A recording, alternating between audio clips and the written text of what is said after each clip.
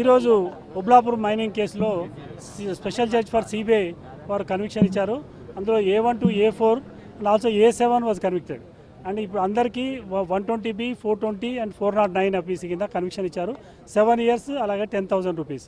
And మరి ముఖ్యంగా A3 గారికి అదే public as is a public servant Rajagopal గారికి అడిషనల్గా ప్రివెన్షన్ ఆఫ్ కరప్షన్ యాక్ట్ 13 కింద 4 years వేశారు. And all the convictions will run concurrently. With regard to A1 and A2 and A4 కంపెనీలో 468 and 471 charge కూడా ఉంది. అది ఫోర్జరీ డాక్యుమెంట్స్ క్రియేట్ చేసి submit చేశారు. రిపోర్ట్స్ ఫాల్స్ రిపోర్ట్స్ అనేది దాని మీద అక్విటల్ ఇచ్చారు. అలాగే అక్యూజ్ నెంబర్ 8 అని 9 కూడా ఎలాంటి ఆధారాలు ప్రూవ్ చేయలేదని చెప్పి A8 అండ్ A9 కోర్టు వారు అక్విటల్ ఇచ్చారు. A2 అనే కాదు, A1 A2 అందరు కూడా ఇద్దరు 3 సంవత్సరాల 3 నెలల 18 రోజులు జైల్లో ఉన్నారు.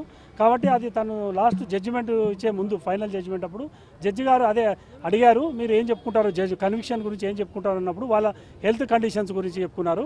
అలాగే మేము జైల్లో 3 సంవత్సరాల 3 నెలలు ఉన్నాము కాబట్టి ఆ పీరియడ్ను కూడా కన్సిడర్ చేయండి అని అడిగారు. దానికి కోర్టు వారు స్పందించి, ఎందుకంటే 409లో లైఫ్ సెంటెన్స్ ఉంటుంది కాబట్టి అందులో 7 years మాత్రమే కన్విక్షన్ ఇచ్చారు. అలాగే ఆ 7 yearsలో ఈ 3 సంవత్సరాల పీరియడ్ ఏదైతే జైల్లో ఉన్నారో అది సెట్ ఆఫ్ కూడా ఇచ్చారు. అప్పీల్ మనం ఇప్పుడు వేసుకుంటాం రేపు, అంటే 1 monthలో వేసుకోవచ్చు, తర్వాత కూడా వేసుకోవచ్చు. అప్పీల్స్లో ఎలాంటి అదేముండదు, కండోన్ డిలే పిటిషన్తో కూడా వేసుకోవచ్చు. కానీ అక్యూజ్ జైలుకి వెళ్తున్నారు ఈ రోజు కాబట్టి, అంటే మనకు 3 సంవత్సరాల లోపు పనిష్మెంట్ ఉంటే మాత్రమే మనం ఇక్కడ సస్పెన్షన్ తీసుకునేది ఉండే. కాబట్టి ఆల్రెడీ 7 years ఉంది కాబట్టి సస్పెన్షన్ తీసుకోలేము మనం. కాబట్టి కంపల్సరీ హైకోర్టులో we have to file an appeal and take the bail. So bail తీసుకోవాలి కాబట్టి యాజ్ ఎర్లీ యాజ్ పాసిబుల్ మనకి ఈరోజు జడ్జిమెంట్ ఇస్తామన్నారు.